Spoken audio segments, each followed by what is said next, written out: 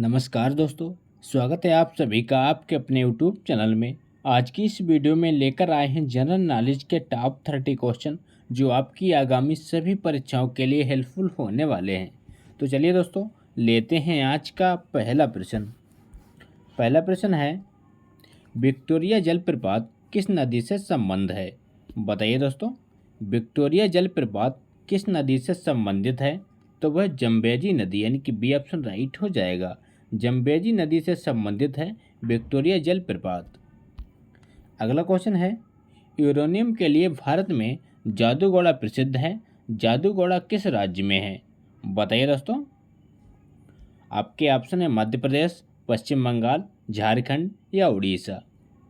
तो इस क्वेश्चन का सही जवाब है झारखंड यानी कि सी ऑप्शन करेक्ट हो जाएगा। यूरेनियम के लिए प्रसिद्ध जादूगोड़ा झारखंड राज्य में है। अगला क्वेश्चन है, उस वास्तुकार का नाम बताइए जिसने चंडीगढ़ शहर का नक्शा बनाया था।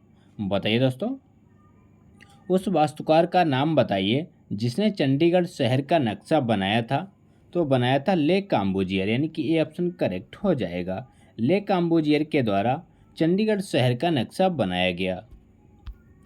अगला क्वेश्चन है, विराट गेज रेल लाइन की चौड़ाई कितनी होती है?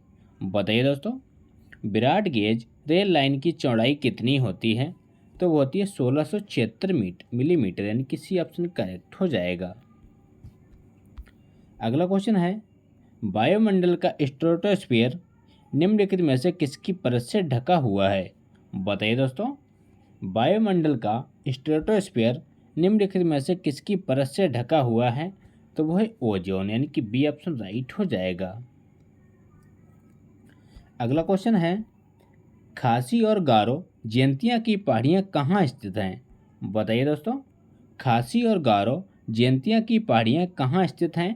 तो अब स्थित है मेघालय में यानी कि ऑप्शन राइट हो जाएगा। मेघालय में स्थित हैं खासी और गारो जयंतिया की पहाड़ियाँ। अगला क्वेश्चन है, ख्वाजा मोइनुद्दीन चिश्ती की दरगाह स्थित है। बताइए दोस्तों, ख्वाजा मोइनुद्दीन चिश्ती की दरगाह स्थित है। आपके ऑप्शन हैं अजमेर में, बनारस में, दिल्ली में या हैदराबाद में। तो इस क्वेश्चन का राइट आंसर है अजमेर में यानी कि ऑप्शन करेक्ट हो जाएगा। ख्वाजा मोइनुद्दीन चिश्ती की दरगाह अजमेर में स्थित है। अगला प्रश्न है, देहांग देहांग अभयारण्य स्थित है। बताइए दोस्तों, देहांग देहांग अभयारण्य स्थित है। तो अब स्थित है अरुणाचल प्रदेश में यानी कि ये ऑप्शन राइट हो जाएगा। अरुणाचल प्रदेश में स्थित है देहांग देहांग अभयारण्य। अगला प्रश्न है, विश्व प्रसिद्ध थार रेगिस्तान किस राज्य में स्थित है? बताइए दोस्तों, विश्व प्रसिद्ध थार रेगिस्तान किस राज्य में स्थित है? तो वो स्थित है राजस्थान राज्य में यानी कि ये बी ऑप्शन करेक्ट हो जाएगा। थार का रेगिस्तान राजस्थान राज्य में स्थित है। अगला क्वेश्चन है, भारतीय राष्ट्रीय पशु है। बताइए दोस्तों, भारतीय राष्ट्रीय पशु है। आपके ऑप्शन है गाय, बाघ, हाथी या हिरन। तो इस प्रश्न का सही जवाब है बाघ यानी कि बी ऑप्शन करेक्ट हो जाएगा। भारतीय राष्ट्रीय पशु बाघ है, याद रखिएगा। अगला क्वेश्चन है, इंदिरा गांधी नहर किस राज्य में निर्मित की गई?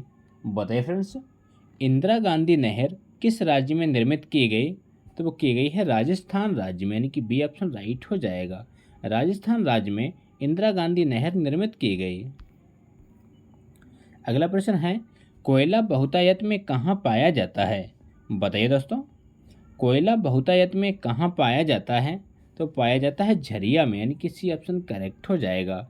झरिया किस राज्य में है? इसका आंसर कमेंट बॉक्स में दीजिए। अगला क्वेश्चन है, क्षेत्रफल की दृष्टि से भारत का सबसे बड़ा राज्य कौन सा है? बताइए दोस्तों, इंपॉर्टेंट क्वेश्चन है। क्षेत्रफल की दृष्टि से भारत का सबसे बड़ा राज्य कौन सा है? तो वो है राजस्थान यानी कि सी ऑप्शन राइट हो जाएगा। राजस्थान राज्य क्षेत्रफल की दृष्टि से भारत का सबसे बड़ा राज्य है। अगला प्रश्न है, हीराकुंड परियोजना किस नदी के पानी के उपयोग के लिए है? बताइए फ्रेंड्स, हीराकुंड परियोजना किस नदी के पानी के उपयोग के लिए है? तो वह महानदी यानी कि डी ऑप्शन राइट हो जाएगा। महानदी के पानी के उपयोग के लिए हीराकुंड परियोजना बनाई गई। अगला क्वेश्चन है, लखनऊ किस नदी के किनारे बसा है? बताइए दोस्तों, लखनऊ किस नदी के किनारे बसा है? तो बसा है गोमती नदी के किनारे, यानी कि डी ऑप्शन राइट हो जाएगा। अगला क्वेश्चन है, फोर्थ स्टेट पद किससे संदर्भित करता है? बताइए दोस्तों, फोर्थ स्टेट पद किससे संदर्भित करता है? तो वो करता है प्रेस को, यानी कि डी ऑप्शन राइट हो जाएगा। अगला क्वेश्चन है, तीनों भारतीय सेना सेवाओं का सर्वोच्च नायक कौन होता है? बताइए फ्रेंड्स, तीनों भारतीय सेनाओं का सर्वोच्च नायक कौन होता है? तो वो होता है राष्ट्रपति, यानी कि बी ऑप्शन करेक्ट हो जाएगा। देश का राष्ट्रपति तीनों भारतीय सेनाओं का सुप्रीम कमांडर होता है। अगला प्रश्न है, धर्म की स्वतंत्रता भारतीय संविधान के किस अनुच्छेद में उल्लिखित है? बताइए दोस्तों, धर्म की स्वतंत्रता भारतीय संविधान के किस अनुच्छेद में उल्लिखित है? तो वह अनुच्छेद 25वां, यानी कि ए ऑप्शन राइट हो जाएगा। अगला क्वेश्चन है, भारतीय संविधान में भारत को कहा जाता है? बताइए दोस्तों, भारतीय संविधान में भारत को राज्यों का संघ कहा जाता है, यानी कि डी ऑप्शन राइट हो जाएगा। अगला प्रश्न है, राष्ट्रपति पद के रिक्त हो जाने पर कितनी अवधि के भीतर उसका भरा जाना आवश्यक है? बताइए दोस्तों, राष्ट्रपति पद के रिक्त हो जाने पर कितनी अवधि के भीतर उसका भरा जाना आवश्यक है? तो वह 6 माह के भीतर, यानी कि डी ऑप्शन राइट हो जाएगा। 6 माह के भीतर उसका भरा जाना आवश्यक होता है। अगला क्वेश्चन है, भारत के एक राज्य का राज्यपाल अपने कृत्य के लिए उत्तरदायी है? बताइए दोस्तों, भारत के एक राज्य का राज्यपाल अपने कृत्य के लिए किसके प्रति उत्तरदायी है? तो वह है राष्ट्रपति को, यानी कि डी ऑप्शन राइट हो जाएगा। अगला प्रश्न है, राज्यसभा किसी धन विधेयक को रोक सकती है?